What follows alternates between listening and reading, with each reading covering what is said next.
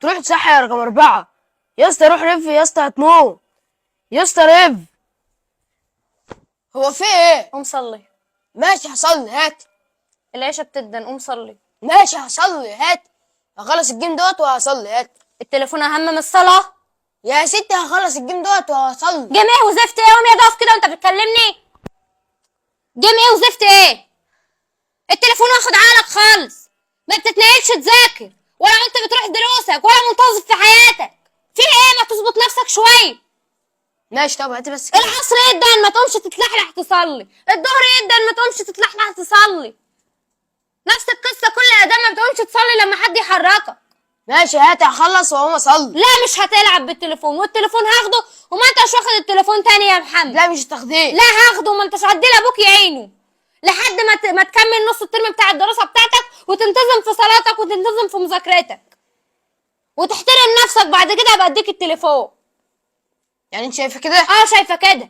كل شويه بابجي وقرف وزفت، بابجي وقرف وزفت. في ايه؟ ده بابجي دي واخده كل حياتك، احترم نفسك شويه. على فكره انت شايف نفسي ان انا محترم. انت شايف ان انت محترم؟ اه. ما تسمعش كلام امك وترد عليها؟ شايف ان انت محترم؟ انا بذاكر وبروح دروسي وبصلي. فاشل بتذاكر وفاشل في الدراسه. انت ليك عندي ان انا انجح في اخر السنه، انت مالكيش دعوه. بتجيب لي درجات زي الزفت والاسم بس اللي انت اسمي نجحت. نجحت. هتتظبط امتى؟ ولا عرف ابوك بقى يضربك علقه مظبوطه عشان تمشي على السطر المستقيم؟ مش تعرفي اصلا تعملي ايه ولا مش تعرفي هعرف. تعملي اي حاجه. حسن اسلوبك معايا. انت بتكلم امك، حسن اسلوبك معايا ولم نفسك. هو ايه اللي هو ايه اللي مفيش فايده معاك؟ بعدين يعني كملي ماشي. ولا قبلين يا محمد. انا هتكلم معاك بالراحه.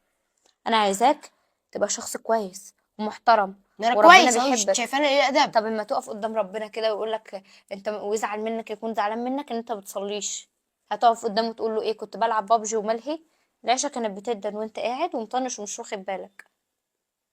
انت ده اللي بتعمله. ان ما بغضبكش على الصلاه ما بتعملهاش، والمفروض ما اغضبكش انا يا محمد. المفروض انا ما اخليكش تصلي بالغضب. المفروض انت بتصلي بحب، ان انت بتصلي لربنا عشان ربنا يتقبل صلاتك. غلط اللي انت بتعمله. وكمان انت فاشل في الدراسة. انت المفروض كنت عايز تطلع باشمهندس قد الدنيا. طب انت هتطلع باشمهندس قد الدنيا ازاي وانت بتجيب درجات زي الزفت؟ وبقيت تقول لي انا بقى مش بنجح وخلاص. انا مش بنجح يبقى خلاص. انت مبسوط بصحابك اللي انت ماشي وراهم دول؟ لاهينك عن المذاكرة ولاهينك عن الصلاة ولاهينك عن كل حاجة حلوة اصلا انت مش شايفها. تعرف انت لو سمعت كلامي هتبقى شخص محترم وقد الدنيا، والناس كلها تحلف وتتحكى بيه، والناس كلها تحترمك. اما تبقى باشمهندس قد الدنيا هتمشي كده، صحابك هيبقوا فاشلين وانت هتبقى ماشي فخور بنفسك. مش انت عايز كده؟ اه. طب يبقى تسمع كلام ماما.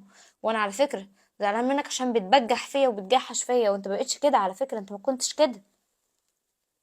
انا اسف حقك عليا. انا مش زعلانة منك يا محمد، بس عايزاك تتظبط وعايزاك تكون كويس. ماشي حاضر. طب انا دلوقتي انا هاخد التليفون ومش هديهولك معلش لحد ما الترم يخلص. انت زعلان ولا لا؟ لا.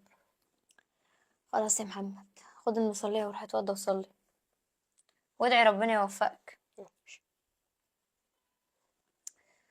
ربنا يهديك يا رب يا محمد ويبعد عنك الصحاب السوء يا رب.